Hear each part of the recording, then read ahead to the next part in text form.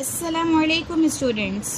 आज हमारा यूनिट 1 का लास्ट हैशटैग और डे 30 आपका, ठीक है।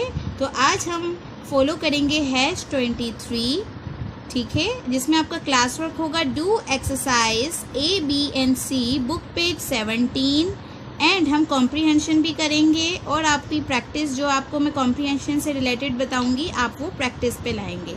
ओके स्टूडेंट्स, अब हम आ जाते हैं पेज नंबर 17 की exercise A, B and C पर।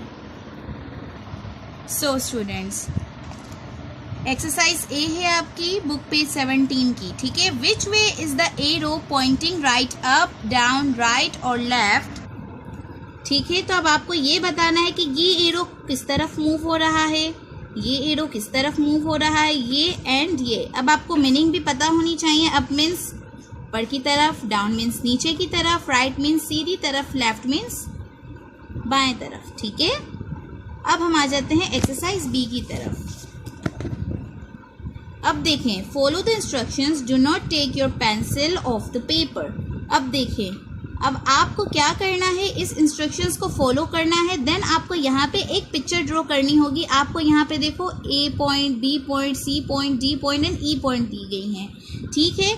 तो अब देखो, start at point A and draw along the lines. The first line is drawn for you. हमारी फर्स्ट लाइन ड्रॉ हुई भी है। Okay, go four squares to the right to point B, ठीक है। Go back two squares to the left to point C। Go up to squares to point D। Go down 6 squares two point E।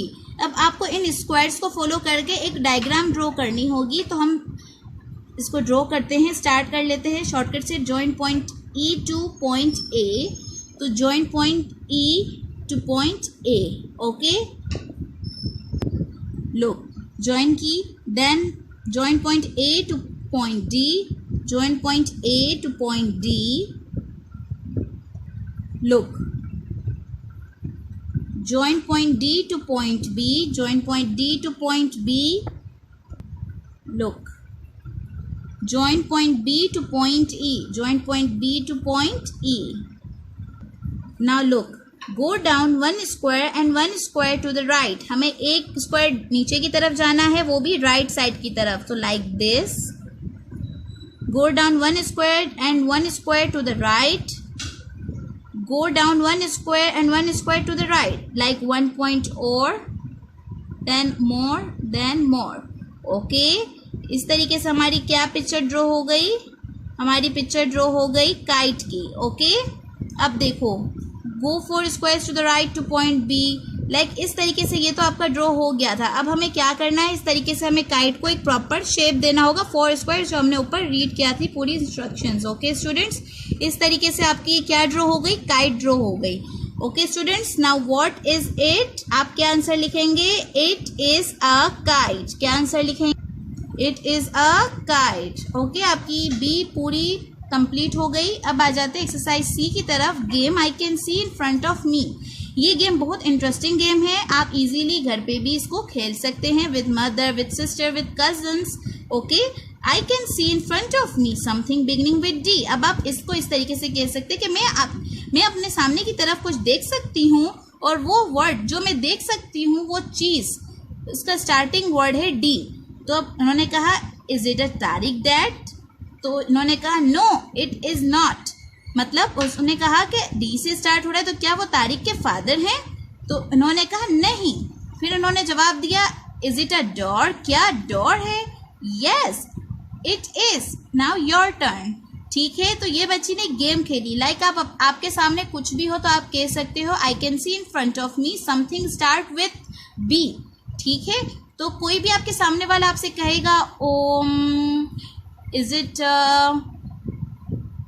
Is a baby, तो आप कह सकते हो, अगर वो baby हुआ तो आप कहोगे नो इट इज नॉट। अगर वो नहीं हुआ तो, अगर बेबी हुआ तो आप कहोगे यस इट इज, ठीक है। लेकिन अगर मैं आपको एक एग्जांपल बता रही हूँ, तो मेरे सामने तो बॉल है, तो वो कहेगा इज इट अ बॉल, तो मैं कहूँगी yes it is, okay. It is very interesting game, ठीक है। This is very interesting game, you have to play this game, okay, with your cousins, brothers, sibling, whatever, okay, तो आप इस game को खेल सकते हैं। अब आपकी एक्सरसाइज बी भी मुकम्मल हो गई है और ए आपको खुद सॉल्व करनी है। ये देखें, एक्सरसाइज ए आपको खुद सॉल्व करनी है। ओके स्टूडेंट्स, अब हम आ जाते हैं कॉम्प्रीहेंशन की तरफ। Assalamualaikum beta. Today's comprehension is Anna's lute.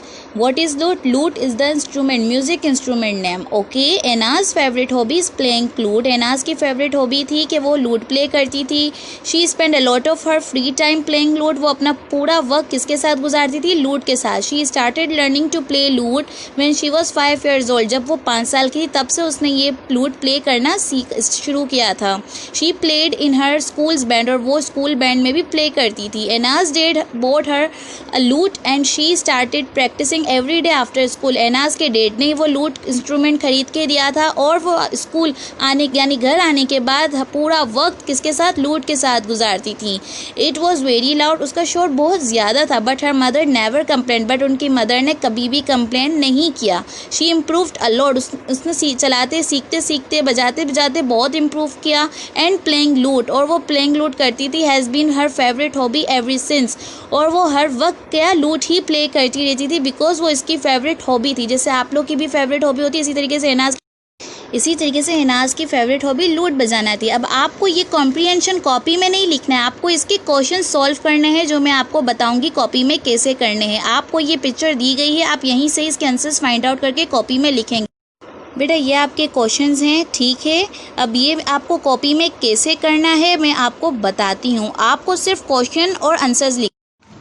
So students, आपको मैंने जो क्वेश्चंस बताए थे इसी तरीके से यहाँ पे डेट मेंशन करनी है. Comprehension unit 1. Okay, CW. Then आपको यहाँ एनाज लूट की ब्लू कलर से हेडिंग लिखनी है, ठीक है. फिर ब्लू कलर से आपके क्वेश्चंस होंगे एंड पेंसिल से आपके आंसर्स होंगे. व्हाट इज़ एनाज फेवरेट हॉबी आपको पता होनी चाहिए. मैंने आपको प्रॉपर्ली एक्सप्लेन किया कॉम्प्रीहेंशन. ओके, इस तरीके से question 2, question 3, question 4 and question 5 आप ब्लू कलर से यहाँ लिखेंगे और आंसर्स पेंसिल से देंगे. ओके स्टूडेंट्स, ये आपकी कॉम्प्रीहेंशन की प्रैक्टिस भी हो जाएगी और आपका काम भी हो जाएगा. इसके आंसर्स आपको खुद ऑनेस्टी के साथ लिखने हैं. Okay students, thank you. अपना ख्याल रखिएगा. अल्लाह हाफिज़.